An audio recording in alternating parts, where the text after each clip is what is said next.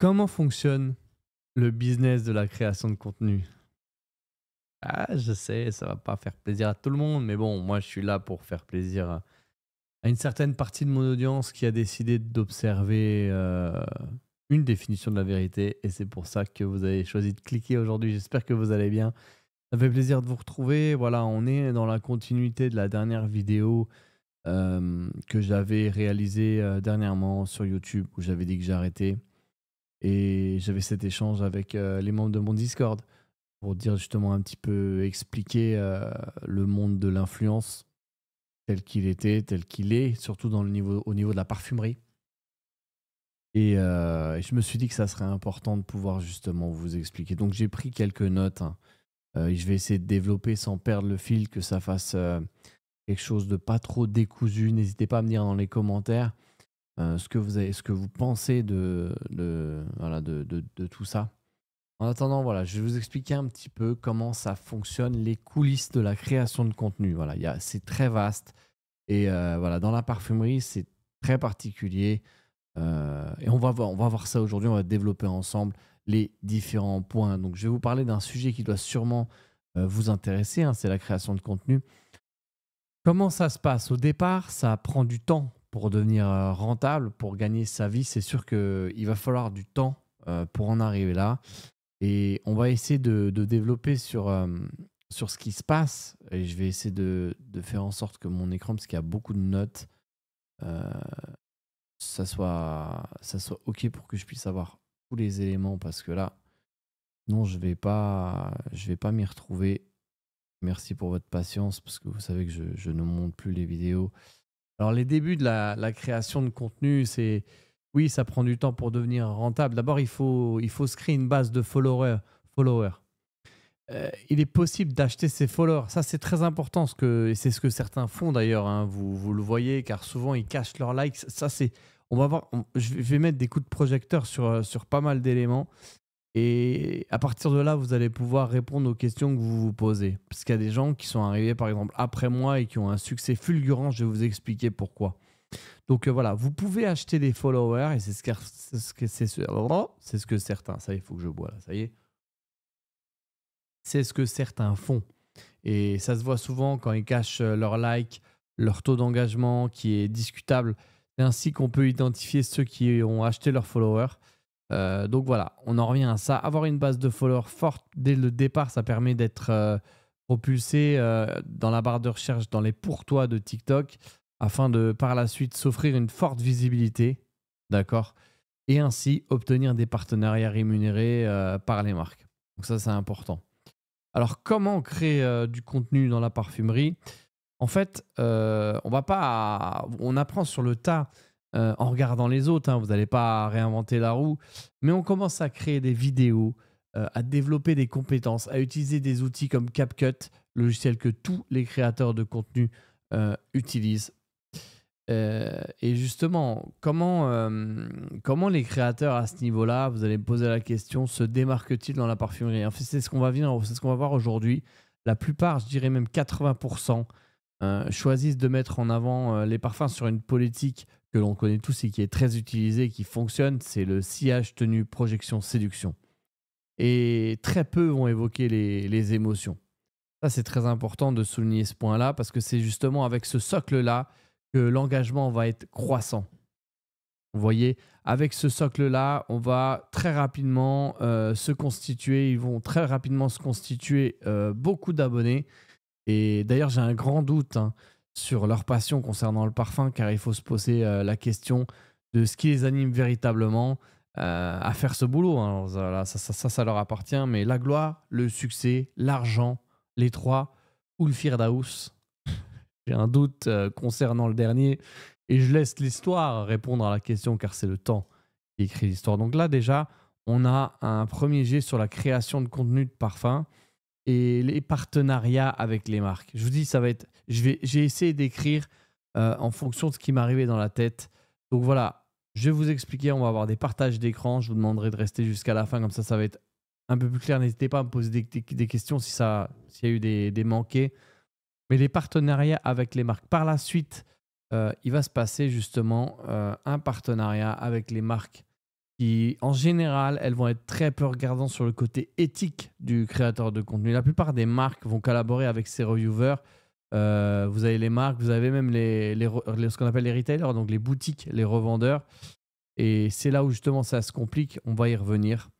Mais il y a un conflit d'intérêts. Je vais essayer de revenir là-dessus plus tard parce que à la base, je voulais faire une vidéo sur uniquement ce que un retailer que je salue et qui se reconnaîtra il les appelle les review voleurs. Voilà. Et j'ai essayé d'étendre un peu pour avoir un message plus large, plus vaste et pas seulement focus sur les coulisses de la parf parce que je peux vous dire qu'il y a un bon nombre qui se moquent de vous pour parler correctement et ça me dépasse. C'est pour ça que je suis bien dans mon Discord. C'est pour ça que je freine sur YouTube parce que je ne me reconnais pas du tout dans ce système-là où voilà, on vous respecte pas tout simplement, hein, on va mettre les termes. Mais ça, je vais y revenir peut-être un peu plus tard. En attendant, vous avez les partenariats avec les marques. Par la suite, les marques vont être un peu plus regardantes sur le côté, un peu moins regardantes sur le côté éthique. Ça, je l'ai expliqué. Et on va avoir le rôle des agences d'influence. Donc, c'est quoi les agences de marketing d'influence? Vous avez il existe aussi des agences dans la parfumerie qui gèrent le marketing d'influence. Donc en fait, c'est une agence qui s'occupe de pousser les marques. Donc elles ont un portefeuille de... C'est comme une SS2I pour ceux qui sont dans l'informatique. Voilà, hein. Une ESN, elle possède justement des clients. Voilà, nous on travaille avec la BNP, la Banque de France, etc. Je dis n'importe quoi, Coca-Cola, Danone. Voilà, ben ça peut être pareil voilà. Vous avez des agences qui travaillent avec les marques. Vous avez des grosses agences et vous avez des petites agences avec des petites maisons de parfumerie. Voilà. Et ces agences-là, elles travaillent avec les marques et elles s'occupent justement de pousser les marques avec lesquelles elles travaillent. Elles vont donc s'adresser à des créateurs de contenu afin de promouvoir les nouveaux parfums. Voilà. Les agences représentent plusieurs marques. Elles sont de plus en plus nombreuses dans la parfumerie. Quand j'ai commencé, il n'y en avait pas ou presque. Et c'est une niche grandissante, il faut le savoir, surtout en France. Avant, on mélangeait la parfumerie et le maquillage. Aujourd'hui, ça devient exclusivement parfumerie et spécialement dans le milieu francophone. Voilà, comme je l'ai précisé, s'il y a un développement qui se déroule sur cette niche et pour cette profession. Voilà, et j'en vois de plus en plus. Au départ, comme je vous le dis, franchement, c'était très compliqué. Puis il fallait les trouver. Elles se cachent encore. Pour vous dire, voilà, c'est un peu le bouche à oreille, notamment sur Paris. Pour les opportunités, les objectifs des agences, une agence, elle offre des opportunités de collaboration. Elle doit donner de la visibilité, elle doit s'occuper de la création de contenu vidéo, digital, afin de mettre en avant le produit. L'objectif de la marque, c'est d'obtenir des retours suite à cette collaboration entre la marque et l'influenceur. On va pas dire influ-voleur, on va rester tranquille. Voilà, et une augmentation de son chiffre d'affaires suite aux ventes générées. Ça peut être même du trafic sur son site, des nouvelles visites, si ça concerne justement une boutique physique, et prendre un pourcentage. Le but, c'est qu'elle soit vraiment une visibilité et au mieux, à la finalité, c'est que le client passe à l'achat en fait. Et c'est là où le rôle entre les agences et le créateur de contenu va être capital. Donc, on en vient à la question fatidique, la rémunération des créateurs de contenu. Mais justement, le sujet phare de cette vidéo, comment les créateurs de contenu parviennent-ils à se faire rémunérer? Ça vous intéresse, hein. Je sais que les Français sont très friands de savoir et c'est pour ça que je vais essayer de vous répondre parce que ça a été le cœur de ce sujet. Donc voilà, les créateurs de contenu travaillent avec des collaborations rémunérées. Donc comment les obtenir? Comment ça se passe? Comment les choisir? Comment fixer les tarifs? Je vais tout vous dire aujourd'hui, je vais vraiment être transparent. Donc il y a les démarches pour les collaborations rémunérées. Il y a plusieurs façons de faire en fait. L'agence, elle va contacter, donc on est toujours sur l'agence justement, qui vient prendre contact avec le reviewer, parfois en DM. Mais plus souvent par mail que ça se fait.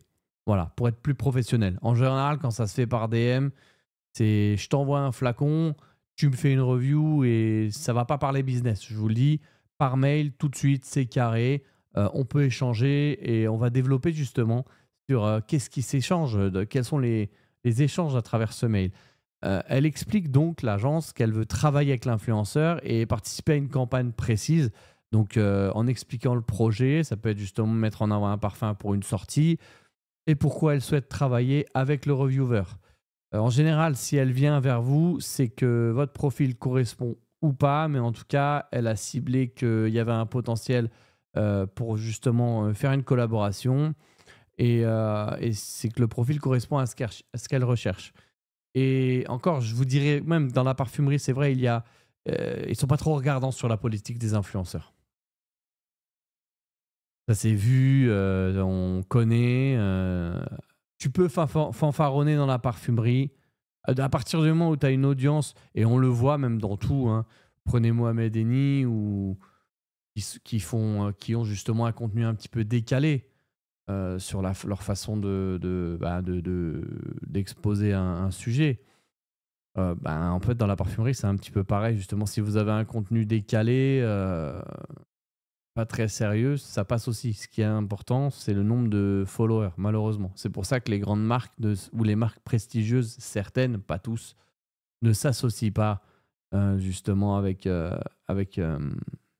certains reviewers. C'est vrai qu'il y a plein de sujets que j'ai pas évoqués. J'aurais pu vous parler du marché gris, que les marques sont très présentes sur des réseaux comme Snapchat et qu'elles le veulent. C'est un secret de polichinelle. Elles travaillent en off et elles font semblant qu'elles ne sont pas au courant, mais il y a tout un système très occulte et voilà, c'est un peu compliqué. Voilà, il y a de l'administratif. Moi, je ne veux pas rentrer dans les détails de ça, mais c'est des vrais parfums qui sont vendus, si vous voulez, pour faire un cours. Elles sont vendues moins cher parce que justement, les personnes qui les vendent sur les réseaux, ils ont moins de frais, ils ont moins de charges. Il y a beaucoup de choses qui vont pas payer, comme le loyer d'une boutique. Donc, ils peuvent justement se permettre, grosso modo, hein, de vous faire 30% toute l'année sur leurs parfums. Et des fois, voilà, c'est des parfums il y a différentes provenances. Ça, c'est encore un autre sujet. Il faudrait que je fasse un sujet complet. Mais je me protège aussi, hein, parce qu'on n'a pas que des amis et on ne reçoit pas que des DM super sympas, hein. Voilà, je vous le dis. Donc ça, c'était la parenthèse. Donc voilà comment ça se passe. Et voilà, on a parlé de ça sur la politique des influenceurs. Et en général, les agences, elles ont un carnet d'adresses qui regroupe différents influenceurs. Voilà. C'est pour ça qu'on se retrouve tous aux events et que j'y vais plus parce que, voilà, comme je vous dis, je pense que moi, je choisis mes events et je préfère le one-to-one aujourd'hui. Tu vois, je me retrouve plus dans cette politique où tout le monde se rencontre et que la bienveillance n'est qu'en surface, si vous voulez. Voilà, pour essayer de synthétiser ma vision sur le sujet. Et c'est comme ça, en fait, voilà, qu'elles ont les contacts, un carnet d'adresses qui regroupe différents influenceurs. Et c'est très intéressant. Elles vont démarcher les influenceurs pour envoyer du parfum afin que celui-ci inonde les réseaux. C'est pour ça qu'en fait, vous voyez des parfums popper partout, parce qu'il y a derrière les agences ou les marques, elles ont envoyé à tout le monde.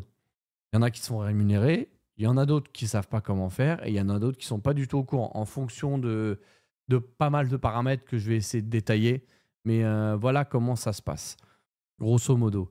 C'est pour ça que vous voyez donc une fragrance apparaître, et je vous dirais que dans 90% des cas, ce sont les marques qui viennent vers les reviewers.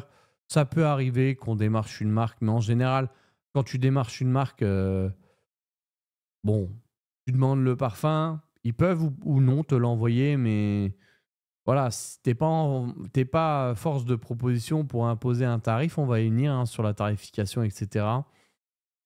Si tu démarches une marque, ça c'est normal. Donc voilà, c'est les marques qui démarchent euh, les reviewers. Et je tiens à préciser que voilà, aujourd'hui, un petit compte qui peut bénéficier d'un sample set ou d'un 50 ml, un 100 ml. Quand j'ai débuté, je m'en rappelle, c'était Matières Premières et BDK qui m'ont envoyé les premiers sample sets, les premiers flacons. J'étais heureux, hein. En 2018, 2019, voilà, 2020 même. 2020, je crois que mon premier flacon est arrivé. Ah bah oui, parce que les gens, ils pensent que le livreur Amazon, il a sonné chez moi, il m'a offert une collection. Pas du tout, que nenni. Non, non, c'est pas fait comme ça, hein, calme-toi. Il a fallu que je bosse, il a fallu qu'on se mette dans des situations financières délicates parce que le parfum, c'est quand tu tapes dans la niche et que tu achètes deux LV, des Afternoon Swim et des Sunsong à 200 euros, ben voilà, c'est de l'engagement financier, c'est des risques et c'est ça quand tu lances un projet. Donc au départ, voilà, c'était très difficile. Aujourd'hui, un petit compte peut facilement, parce que c'est une niche en développement, il peut facilement avoir un flacon. Il va pas parler de partenariat rémunéré, mais voilà, tu travailles entre guillemets gratuitement, mais ça te permet d'avoir justement les éléments pour créer ton contenu et c'est OK, tu vois. Moi, je me rappelle, parenthèse, j'ai fait des vidéos avec que des samples que j'arrivais à avoir sur Paris parce que au départ, c'était très difficile. Donc ça, c'est pour la parenthèse. Aujourd'hui, c'est très facile de se faire un nom, surtout en ayant une politique agressive, comme on l'a vu, basée sur sillage, tenue, séduction et les compliments, en fait. Voilà. À partir du moment où vous avez cette politique-là, vous allez exploser. C'est pour ça qu'on voit des comptes qui explosent, parce qu'ils sont que là-dedans. Moi, j'aimerais bien que vous me répondiez en commentaire qui sont véritablement, quels sont les comptes qui sont dans les émotions, dans la sincérité, dans la spiritualité. Vous pouvez même les énumérer parce que je pense qu'il n'y en a même pas 10. Même à l'international. J'allais 10, je suis 5, allez 5. Je vais être sympa, je suis le mec super sympa. Voilà, parce que beaucoup font ça, pas pour la partie... c'est pas les émotions qui payent le loyer, je suis d'accord, mais par contre, voilà, c'est... La plupart font des choix et ça leur appartient. Euh, et on verra ce que l'histoire nous racontera. Donc, comment choisir ces collaborations? Il faut que l'univers de la marque parle aux reviewers. Ça, c'est me concernant. Après, il y en a d'autres qui, voilà, franchement, ils prennent tout ce qui... Ah, bah, ils prennent tout ce qui bouge, hein. Ah bah oui, c'est tout ce qui sent bon. Si Heroic demain le contacte, il y va. Parce que voilà, il a pas de ligne éditoriale. Donc voilà, il faut qu'il y ait une cohérence avec sa ligne éditoriale. Ça aussi, vous pouvez justement observer, est-ce qu'il y a une cohérence dans sa ligne éditoriale? Est-ce que lui, son axe, c'est ça? Voilà. Mais je vous rassure, dans ce milieu, il n'y en a pas vraiment. Voilà, on se le dit. C'est clairement le sillage, le sillage, la tenue, la projection et l'appât du gain, voilà, qui prédomine, on ne va pas se le cacher. Donc, bien sûr, qu'ils vont rester dans les parfums. Et en général, c'est vrai que dans le milieu, on ne va pas justement faire sur des antennes Wi-Fi ou des trucs comme ça, tu vois. Mais si vous regardez de plus près, vous pouvez observer il y a des conflits d'intérêts puisque le reviewer, il peut travailler avec un revendeur de parfum afin de promouvoir une fragrance, tu vois. Quitte à manquer totalement de transparence avec vous, c'est ça que je veux dire. C'est qu'on voit justement des reviewers bosser justement avec des revendeurs et si vous voulez, c'est juste un intérêt financier pour l'un comme pour l'autre, mais l'un dans l'autre, parfois, ils en ont rien à secouer de la preuve, c'est que tu les revois plus. Comment tu sais que le parfum lui a plu? Un parfum qui, comment on sait si un parfum plaît à un reviewer, c'est que vous le revoyez régulièrement et qu'il n'a pas d'intérêt financier avec. C'est là où, par exemple, moi, je parle de Naxos. J'ai jamais rien touché sur Naxos. C'est Naxos. J'ai tapé, tabassé Naxos. C'est là où vous voyez que vous pouvez tester la sincérité. On va revenir un peu plus tard sur ce sujet-là qui me paraît intéressant.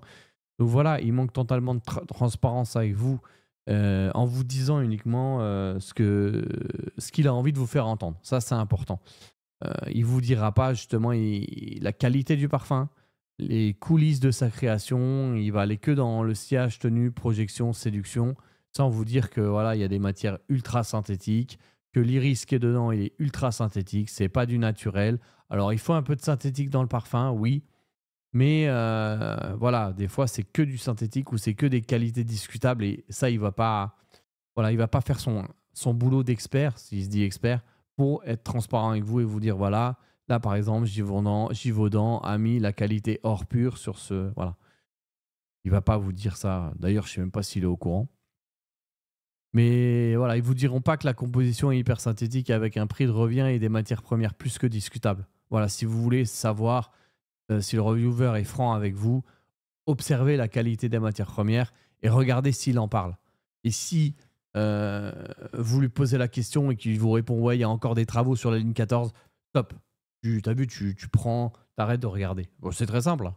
S'il commence à te dire oui, mais t'as vu, Je sais pas si le PSG sera qualifié pour le Final 8. Voilà, tu as ta réponse. Je te le dis tout de suite, hein. Ah bah, ils sont comme ça.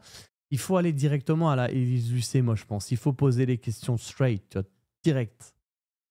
Et si il est clair dans son cœur, et il va vous le dire, voilà, moi, je vous le dis parce que j'ai accepté de travailler avec cette maison, parce qu'il n'y a pas d'ambiguïté. Le but, c'est de s'engager en tant que créateur de contenu, et c'est là où je leur donne la responsabilité. Tu mets en avant un produit, tu dois savoir ce que tu vends, c'est primordial. Tu ne peux pas te permettre de dire on ne sait pas. Ça, c'est pour moi, si tu dis on ne sait pas, c'est que tu n'es pas clair dans ce que tu proposes. Donc voilà, ça c'est un point aussi que je voulais remonter. Et c'est pour ça qu'à ce niveau, j'ai toujours joué la carte de la transparence avec vous. Donc le reviewer s'assure que le budget aussi, pour en revenir à la rémunération, il lui convienne. Et c'est aussi une certaine liberté dans son expression sur la marque, la création avec une certaine liberté dans ce qu'il dit. Parce qu'il y a des marques, ils vont dire non, on ne veut pas communiquer sur le parfumeur, on ne veut pas que vous disiez que vous communiquiez sur la qualité des matières premières. Et il y a d'autres marques qui sont encore plus véhémentes et qui n'hésitent pas à vous menacer pour vous dire non, non, ça faut pas dire, hein. Et ils te le font comprendre. À ce moment-là, ben, en général, tu mets un terme avec le. Voilà, si c'est. Bah oui, c'est comme ça. Voilà. Ceci marque la fin. Et voilà, il y a plus de. Enfin, ça, je mets en avant surtout les marques peut-être qui manquent de professionnalisme. Mais c'est vrai qu'il y a certaines marques, dès qu'on commence à donner un avis sincère, eh ben, elles s'imposent en disant non, je veux pas que je veux pas que vous vous exprimez ainsi. Ben, à ce moment-là, moi, c'est pour ça que c'est très important pour moi de garder ma liberté d'expression. Donc, vous avez le processus de collaboration aussi. Si tout est OK, les deux parties s'engagent et valident, la collaboration peut commencer. Donc, ça peut prendre des jours, voire des semaines avant que justement vous voyez le contenu arriver. Ils s'accordent sur le délai et pour ceux qui veulent justement un délai plus rapide, ils disent je veux un contenu pour la semaine prochaine parce que c'est les soldes. Eh ben, il y a une compensation financière qui est souvent réclamée de la part du reviewer. Dit ok, ben, si tu le veux pour les soldes, faut mettez la priorité. Moi, je mets la priorité. C'est comme ça que ça se passe. Voilà.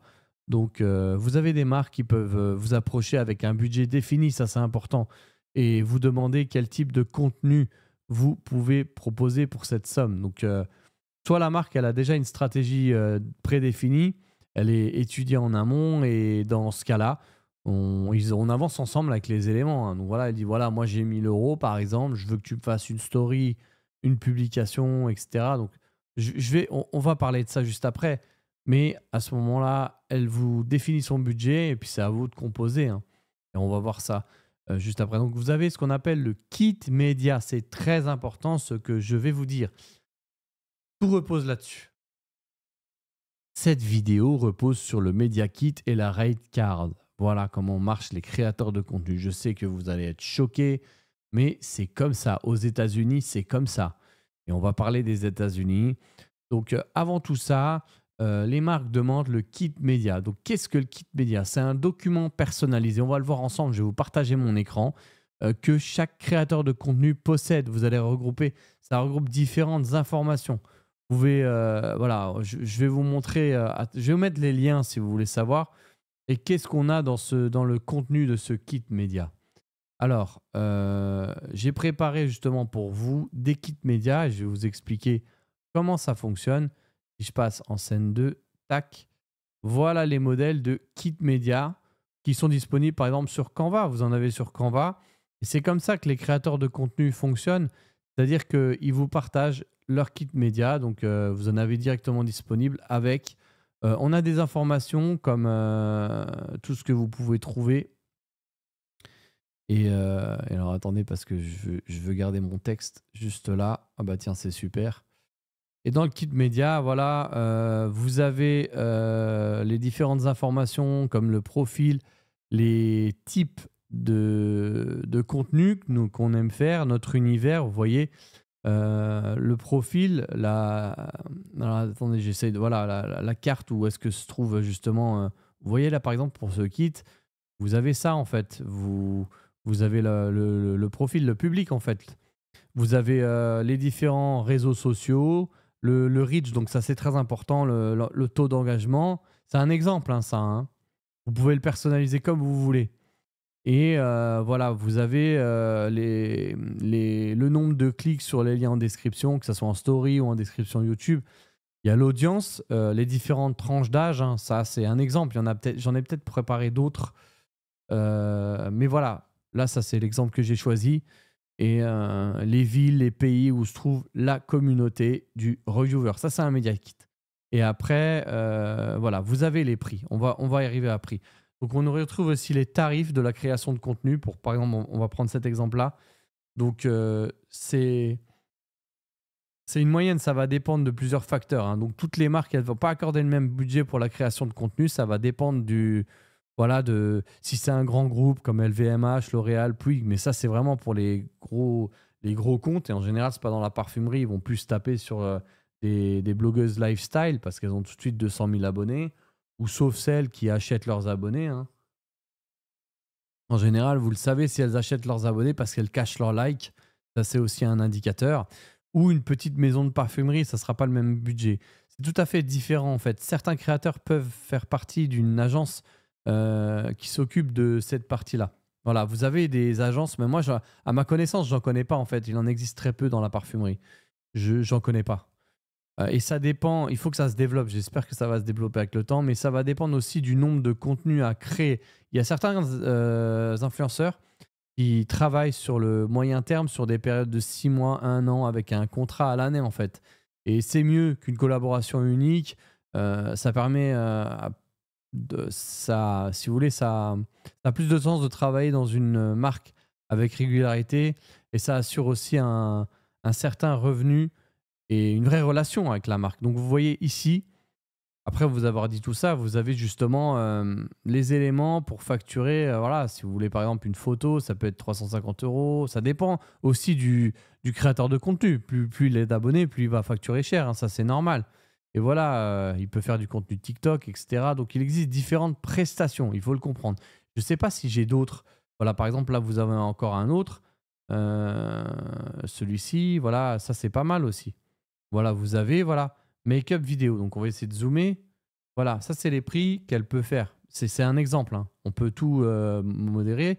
Donc, il faut savoir que les créateurs de contenu utilisent beaucoup Canva, hein. Je suis sûr qu'il y en a qui ne sont pas créateurs de contenu. Je suis en train de leur donner des bêtes d'idées. Ils vont le faire pareil. Dans 6 mois, je vais voir popper des mecs, tu vois, ça m'étonnerait même pas. Ils s'y connaissent plus en bagnole qu'en parfum, mais on leur a donné des idées. Après, on va dire que c'est Olivier, je connais absolument pas. On les embrasse. Donc voilà, là vous voyez les services qu'elle veut proposer. Pour faire une vidéo, c'est 450 $. Voilà, donc vous pouvez proposer des stories, du contenu photo, du contenu vidéo court, donc TikTok, Instagram, social media post, voilà, workshop, des concours et des participations avec des événements. Voilà, avec des vidéos, photos, etc. Viano, donc il faut savoir que quand un créateur de contenu se déplace aux événements, on lui paye ce qu'on appelle le Viano, c'est-à-dire pour certains, hein. Moi, j'ai pas eu la chance de l'avoir parce que voilà, c'est une des raisons pour laquelle j'ai décidé de me retirer parce que j'ai vu des choses qui m'ont abasourdi et il faut se préserver, et ça m'appartient. Je regarde l'écran en même temps, hein. Mais voilà, il y a des créateurs de contenu, ils se font tout payer. Une photo, ça peut être 1 000 euros par exemple, j'ai déjà entendu, hein, il y a un retailer qui m'a dit une photo pour telle personne, elle demandait 1 000 francs, 1 000 euros. Voilà, je me crois en 98 encore, mais voilà. Ça peut être facturé très cher. Voilà, une photo avec ton parfum, 7 ans. Donc, c'est ce que j'ai entendu. Et même en direct, voilà, on leur amène le taxi, elles viennent sur place, elles font facturer justement leur déplacement aux events. En fait, moi, j'ai rien contre ça, c'est logique, hein. Mais si vous voulez, je sais pas si. Enfin, c'est tout un sujet. Pas trop rentrer là-dedans, mais j'ai rien contre ça. Je trouve que c'est légitime. Mais ce qui est plus difficile en France, et je vais unir, c'est qu'il faut se battre pour pouvoir avoir ça. Euh, ouais, ouais, c'est tout un sujet. Mais grosso modo, ce que je peux vous dire, c'est que voilà, les créateurs de contenu proposent généralement des packs qui regroupent plusieurs propositions. En général, ça va être des stories. Donc tout ce pack-là, par exemple, il peut être proposé. Là, vous avez vraiment on l'a vu ensemble, le taux d'engagement, etc. Et ici, vous avez les éléments. Donc ça, c'est des modèles que vous pouvez trouver sur Canva. La fameuse rate card. Donc voilà la rate card. Donc voilà, si vous voulez du contenu sponsorisé, review, Voilà, ça peut monter, hein. Voilà, long terme ambassadeur et il y a plusieurs prestations que les créateurs de contenu peuvent proposer et voilà, repost, en story, ça peut en général, voilà, ils proposent, des packs, en fait, avec une réduction et il y a aussi une réduction sur un contrat annuel. Donc forcément, si une grosse marque vous propose du contenu régulier sur un an, bah, en général, vous êtes ouvert à la discussion pour négocier. Faut savoir qu'en France, quand vous proposez votre rate card, en général, hein, pour, me concernant, c'est très enfin, pour les hommes, c'est très difficile, me concernant. Ça m'appartient de dire ça. On va pas venir me tomber dessus.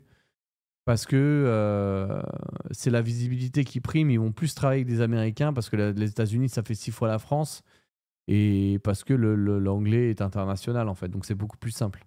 Donc, voilà, il y a une fois qu'on a vu ça, euh, je vais arrêter de partager mon écran.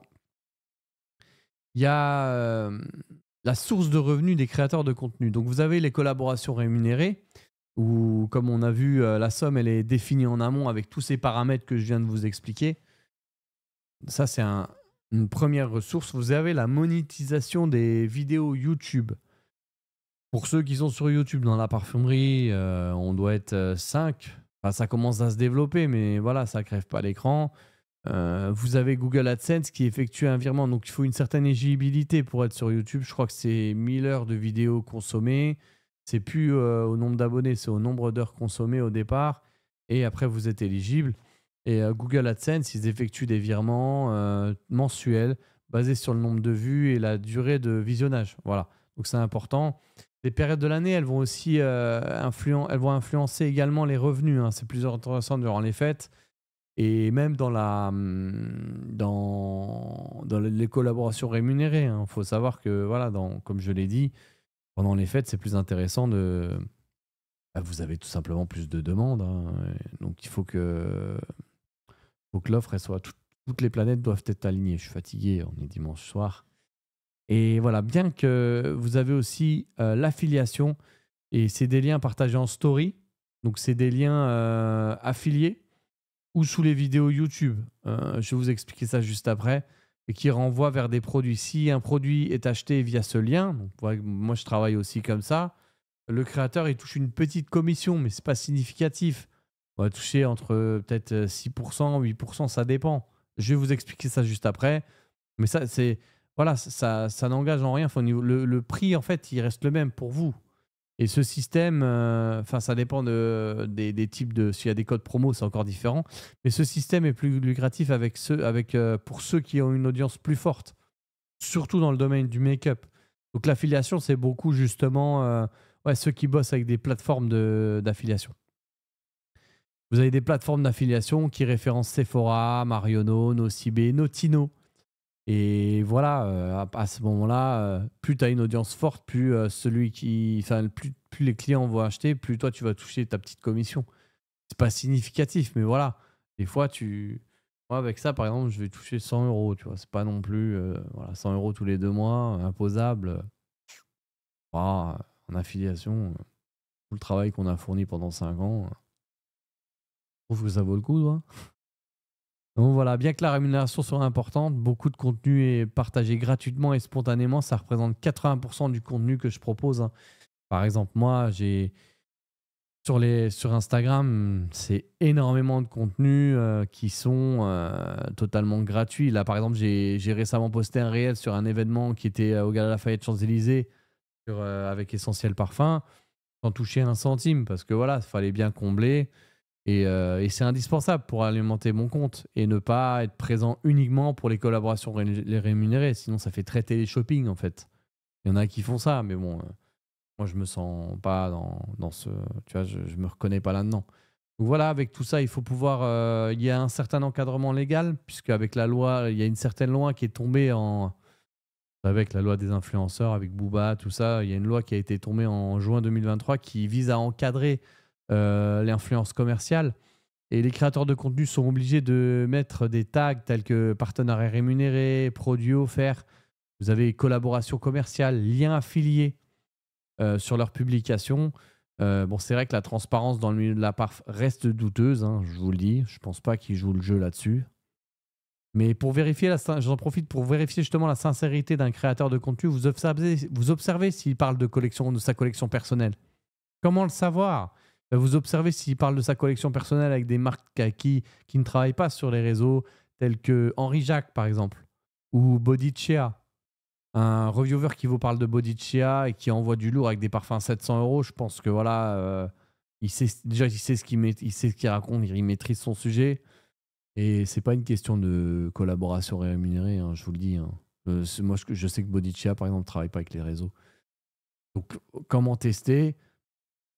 On observe que le reviewer met en avant sa collection personnelle à travers des produits qui ne sont pas du gifting, en fait. Des fois, d'ailleurs, vous recevez des mails où dit ouais, voilà, ça c'est, on fait que du gifting, voilà. Pas de partenariat, si tu veux, on fait du gifting. Normalement, les gens vous devraient vous le dire. Et, c'est ok, hein, voilà. Mais la plupart des marques en France, ils pensent qu'il n'y a que le gifting. Je ne crois pas que c'est le gifting qui paye le loyer. Petite parenthèse, hein. Voilà, c'est gratuit. Voilà. Statut juridique, c'est vrai que voilà, vous devez avoir un statut juridique pour cette activité. Je sais, c'est peut-être un peu décousu, mais bon, je vous ai dit, je vous ai expliqué grosso modo comment ça se passait. J'ai pris des notes et après, voilà, c'est exposé tel que ça l'est. Mais le statut d'auto-entrepreneur, il est facile à mettre en place avec des impôts entre 20 et 30%. Après, il y a un seuil maximal à ne pas dépasser. Pour ceux qui atteignent ce seuil, il est possible de basculer en EURL. Donc, c'est l'entreprise unipersonnelle à responsabilité limitée. Et ça demande plus de travail administratif et des charges fiscales plus élevées. Vous avez environ 55%. Donc, c'est à vous de voir qu'est-ce qui est le plus intéressant en fonction des éléments, quoi. Donc, voilà.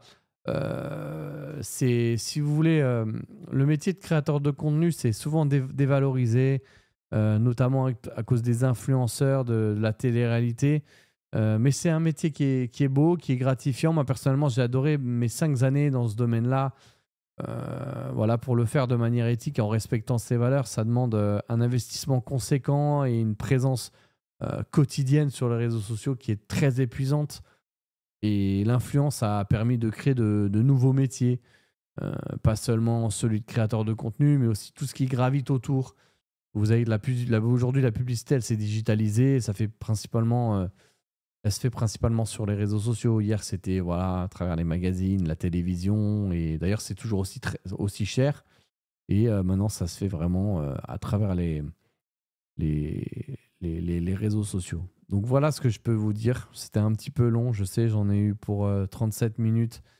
Et j'aurais pu développer un peu plus, c'est sûr. Mais voilà, ce que je peux vous dire dans les grandes lignes, c'est que voilà, faut observer ce que vous voyez, ce qu'on vous dit. Si on essaye de vous dire ça c'est bien, c'est gourmand, c'est si tenu.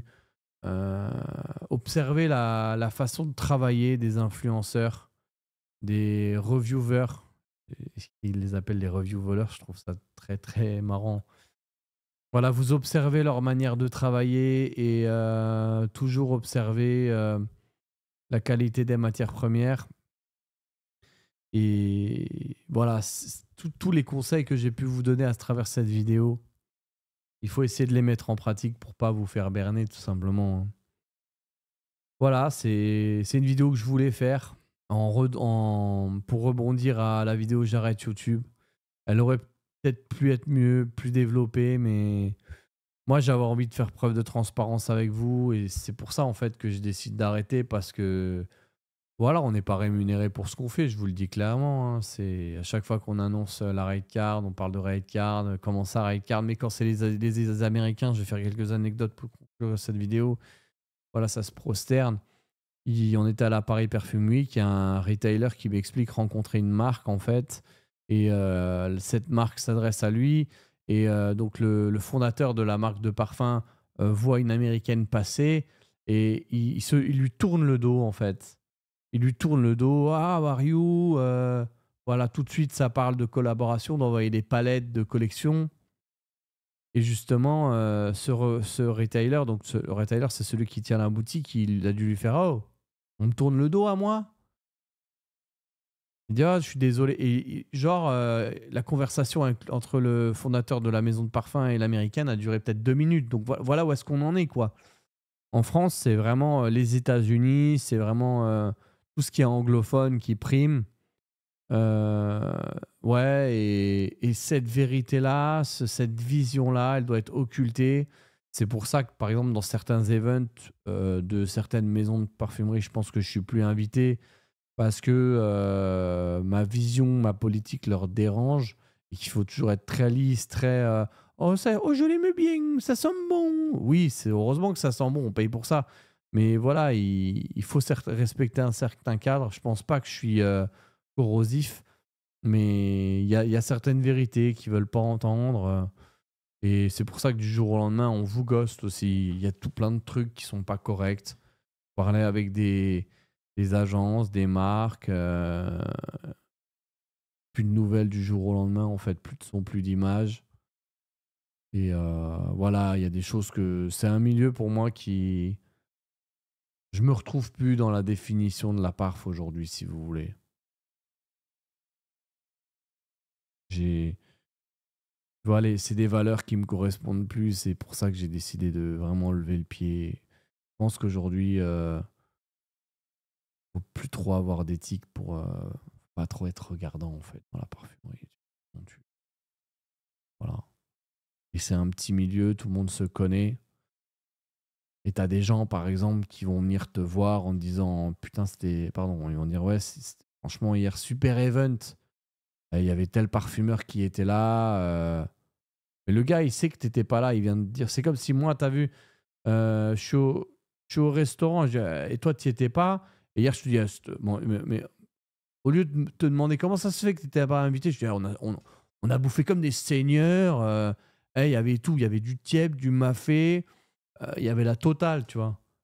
Tiep, mafé, Aloco, hem, il y avait tout. Tu vois, je te cite des plats que j'aime bien au passage, hein, voilà. Tiens, des plats bien remplis, bien traditionnels. Je te sors toute la carte et voilà. Et c'est un peu le milieu aujourd'hui. Voilà pourquoi ça m'intéresse plus, en fait.